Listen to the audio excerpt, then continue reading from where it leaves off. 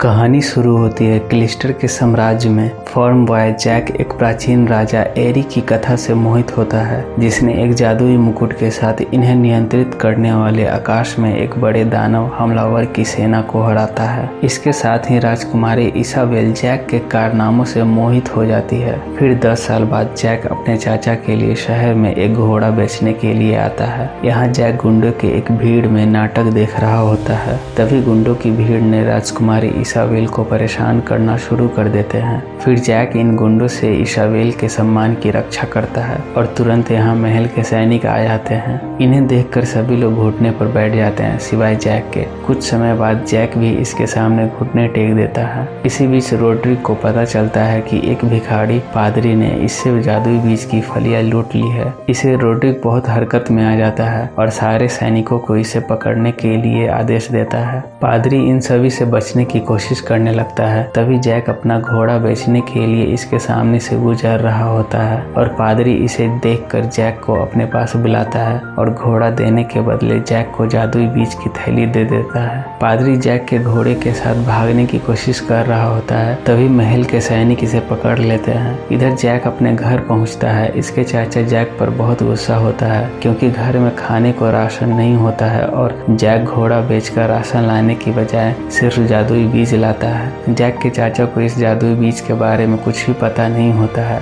इसलिए इसे देखते ही फेंक देते हैं। फिर जैक गिरे हुए बीज को उठाता है पर एक बीज नीचे गिर जाता है। इधर महल में राजकुमारी इसाबेल अपने राजा पिता ब्राम्बेल के साथ झगड़ा करती है क्योंकि यह रोड्रिक से शादी नहीं करना चाहती है। फिर अपने पिता के आखिरी फैसला सुनाने के बाद इसाबेल महल से बाहर निकल जाती है। बहुत बारिश होने की वजह से इसाबेल जैक से मदद मांगती है और इसके घर में रुक जाती है। जैक राजकुमारी इसाबेल को पहचान जाता है। दोनों आपस में बातें कर रहे होते हैं। तभी सेम से एक जड़ निकलता है और देखते ही देखते एक बड़े विशाल पेड़ में बदल जाता है जो घर और इसाबेल को आसमान में ले जाता है। जैक इसाबेल को बचाने की बहुत कोशिश करता है पर जैक नीचे गिर जाता है। सुबह होते ही इसाबेल के पिता इसे ढूंढने आते हैं। जैक के चाचा को पकड़ लिया जाता है। तभी यहाँ जैक आता है और पूरी कहानी सुनाने के बाद राजा फैसला लेता है कि जैक और रोड्रिक के साथ बाकी और सैनिक राजकुमारी इसाबेल को बचाने के लिए जाएंगे, जिसे ऑर्डर देने वाले एलमोंड और इसके दूसरे इन कमांड क्रेवे करते हैं। इसाबेल को ढूंढने के लिए सभी लोग इस पेड़ पर चढ़ना शुरू कर देते हैं। जैसे ही ये लोग चढ़ते हैं, रात के दौरान रोड्रिक और विकी ने सुरक्षा रस्सी को काटकर पेड़ से 5 शूरवीर सैनिकों को जानबूझकर नीचे गिरा देता है ताकि इन सभी पर अपनी हुकूमत चला सके। ऊपर चढ़ने के बाद इसाबेल को ढूंढने के लिए 2 समूहों में बढ़ जाते हैं, एक जैक एलमोंड और क्रेवे के साथ और दूसरा रोड्रिक विकी और नाइट के साथ। कुछ समय बाद रोड्रिक जैक को पकड़कर इसको जान से मारने की धमकी देता है। तभी जैक डरकर इसे जादुई बीज दे देता है पर जैक एक बीज अपने पास छुपा कर रख लेता है। जैक का समूह एक विशाल द्वार में फंस जाते हैं जो एलमोंड और क्रेवे को बंदी बना लिया जाता है। इधर रोड्रिक एक सैनिक को कगार के करीब ले जाता है और इसे ऊपर से मारने के लिए धकेल देता है। तभी 2 दानव यहाँ आते हैं। फिर इन दोनों को पकड़ लेता है। इधर 2 सिरों वाला विशाल राक्षस विकी को खा जाता है। इसाबेल और एलमोंड को कैद कर लेता है। तभी रोड्रिक जादुई ताज को पहने हुए यहाँ आता है। जादुई ताज को देखकर सभी राक्षस डर जाते हैं और रोड्रिक के सामने घुटने टेक देते हैं क्योंकि रोड्रिक अब इन सभी का मालिक है। रोड्रिक सभी राक्षस को बताता है कि कल सुबह हम लोग नीचे राजा के महल पर हमला करेंगे। रोड्रिक के कहने पर सारे राक्षस तैयार हो जाते हैं और रोड्रिक इसाबेल और एलमोंड को खाने की अनुमति दे देता है। इधर राक्षस रसोई में एलमोंड को एक खाने वाले कंबल में लपेट देता है और इसे पकाने के लिए तैयार करता है। साथ में 2 सुअर भी होते हैं। तभी जैक यहाँ आता है और इसाबेल से मिलकर बहुत खुश होता है। फिर इन दोनों को बचाने की कोशिश करने लगता है। राक्षस एलमोंड को पकाना शुरू कर देता है। तभी जैक इसे एक चाकू देता है।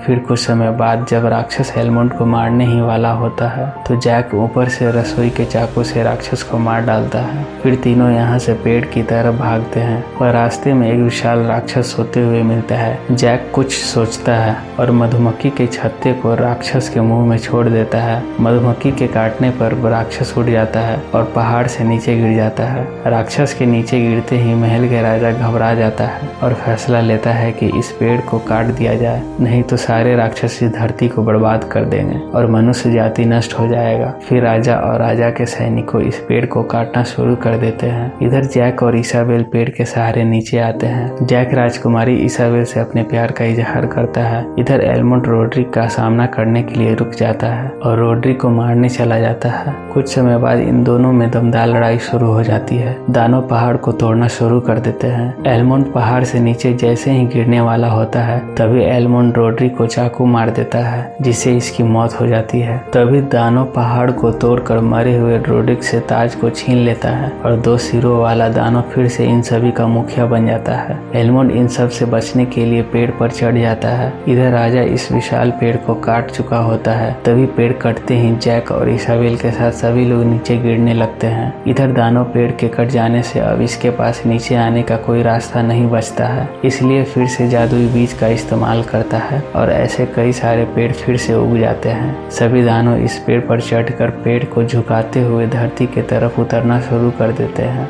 2 सिरों वाला राक्षस भी अपने दल के साथ धरती पर तेजी से उतरना शुरू कर देता है। इधर राजा अपनी इसाबेल बेटी से मिलकर बहुत खुश होता है और जैक को धन्यवाद देकर राजा और इसाबेल के साथ सारे सैनिक अपने महल के तरफ निकल जाते हैं। फिर कुछ समय बाद जैक अपने घोड़े के साथ कुछ बातें कर रहा होता है। तभी ऊपर से सभी दानों को आते हुए देखकर घबरा जाता है और जैक इसे देखते ही अपने घोड़े के साथ चेतावनी देने के लिए तेजी से राजा की तरफ बढ़ता है। फिर सभी दानव धरती पर उतरकर जैक, इसाबेल और राजा को पीछा करना शुरू कर देते हैं। दानवों को महल के तरफ आते हुए देखकर एलमंड खाई को तेल से भर देता है और महल के चारों तरफ आग लगा देता है ताकि इन दानवों से बचा जा सके। इधर जैक के पीछा करते हुए सभी दानव महल के करीब पहुंच जाते हैं और दानव का मुखिया जैसे ही महल के अंदर आने की कोशिश करता है आग से भरी नदी में गिर जाता है। इसे गिरते ही सभी दानव को लगता है यह अब मर चुका है, इसलिए अब इसका मुखिया कोई और बन जाता है और फिर से महल पर हमला करना शुरू कर देता है। पर दानव का मुखिया अभी मरा नहीं होता है और नीचे से सिंहासन कक्ष की तरफ बढ़ने लगता है। इधर महल के राजा के साथ सभी सैनिक दानवों को महल के अंदर आने से रोकते हैं, पर दानव भी हार नहीं मानता और महल के अंदर आग से जली पेड़ को फेंकना शुरू कर देता है। फिर जैक और इसाबेल दोनों सिंहासन कक्ष की तरफ जाने लगते हैं। तभी कुछ समय बाद दानव का मुखिया महल के अंदर से निकलता है। फिर जैक और इसाबेल को ढूंढने लगता है। अंत में इन दोनों को पकड़ लेता है। दानव जैक को जैसे ही खाने की कोशिश करता है तभी जैक छुपाई हुई एक अंतिम जादुई बीज को दानव के अंदर फेंक देता है। फिर दानव के अंदर से विशाल पेड़ निकलना शुरू हो जाता है, जिससे दानव की मौत हो जाती है। इस दानव से जैक की जान बच जाती है।